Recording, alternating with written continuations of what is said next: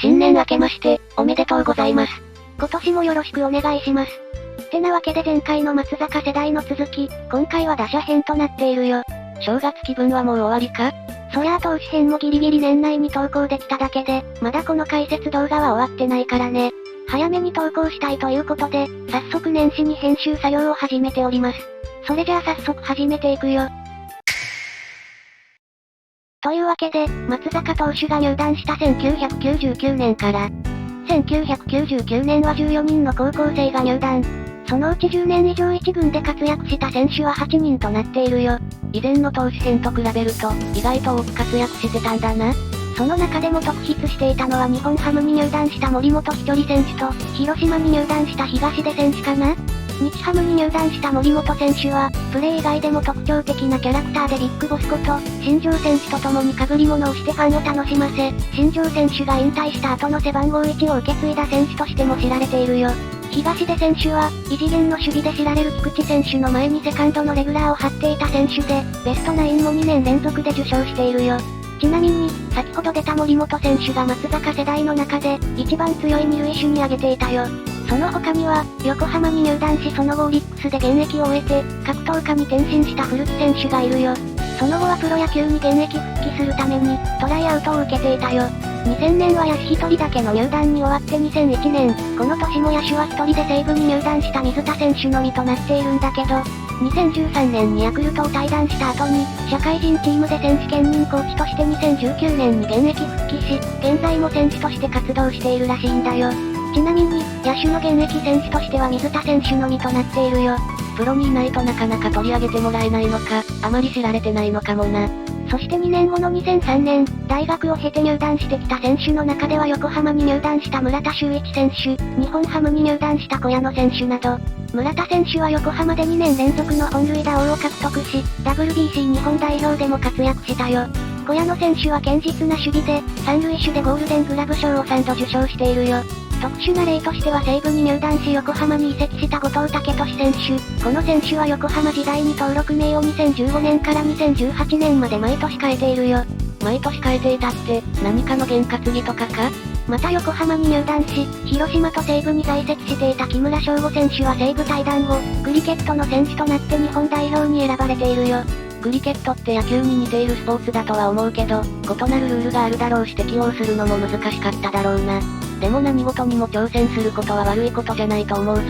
2005年には、元楽天の監督の平石洋介選手を含む4選手が入団。4人の中にはロッテに入団しオリックスに移籍した竹原選手。竹原選手は試合に外野手で出た際、芝に足を取られて NPB 史上初の初回先頭打者初球ランニング本塁打を献上したことがあるよ。本人にとっては不名誉な記録だろうな。2006年に現在はオリックスの一軍打撃コーチとなっている、そよぎ栄信選手が広島に入団。ウプ主がプロ野球を見始めるちょっと前だから結構印象に残っている選手の一人だな。元広島の選手が、コーチとして活躍するのは嬉しいんだけど正直複雑かな。ちなみに、同じ広島に入団した長川投手とは、同じ少年野球チームに所属していた幼馴染だそうだよ。現役時代は新人王を獲得し、2010年に43盗塁で盗塁王を獲得しているよ。そして2007年には楽天に入団し、松坂世代の野手で最後の選手となった渡辺直人選手が入団。この渡辺選手は異例の金銭トレードで横浜に移籍し、西武を経て楽天に復帰。その後は兼任コーチとして2020年も現役を続け、2021年に現役を引退し打撃コーチに専念することになったよ。それじゃあ、入団した野手は渡辺選手で最後なのか？いや、実は2009年に楽天に入団した森田丈夫選手が最後の松坂世代の入団選手で、入団当初28歳だったこの森田選手は、2011年に戦力外通告を受けて退団し、松坂世代の選手はこれで最後となったよ。ってなわけで、ここからは各部門ごとにランキングをつけていくよ。まずは安打数から。1位は村田選手の1865本で2位に東出選手で1366本。1位と2位との差が500本近く差が開いてるね。まあ、高卒や大卒でもだいぶ差が出るんじゃないのか？それでも村田選手は大卒で高卒はこの中で東出選手のみで、4位5位の選手は社会人からだから、実力によるのかもね。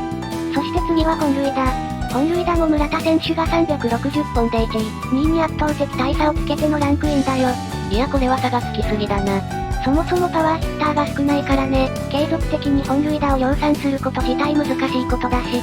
そして次は犠打。犠打数は東出選手の264本で1位、2位の森本選手に80本近く差をつけてのランクインだよ。犠打は選手によって役割が違うから、村田選手も入ってきてないな。犠打はバントが上手い選手などが、打順で言うと2番で行うイメージが多いね。ただ、こういったことができる選手がチームには必ず必要になるから、文字の通り自らの打席を犠牲にし、後続に生かすその上でその他の成績も残している。そういう選手も、一流って呼ばれるのかもしれないね。そして最後に盗塁数。1位は東出選手の143個、そして2位にそよぎ選手の135個で広島のそよひがコンビがランクイン。機動力野球が方針のカープならではの記録になっているね。そして3位にこの中では最も遅く入団した渡辺選手の115個。コンスタントに盗塁を記録していたと思ったら、14年間中の6年間でほとんど記録していて、それ以降は1桁盗塁。極端すぎて何かあったんじゃないかって思うほどだよ。ってなわけで、ここまで打者編を解説してきたんだけどどうだった？当然だが投手とは役割が違うから、松坂投手とは比較しようがないんだけど、打順やポジションによっても各々役割があるし貢献度も違うからな。まあもし比較していきたいなら、各世代各年代に分けて、どこの世代が最強か調べてみてもいいかもな。また変なフラグ立てないでもらえるかな？これやるのウプ主なんだから。というわけで今回はここまで。次回、この松坂世代のベスト9を、個人的な主観で発表するよ。それでは、ご視聴、ありがとうございました。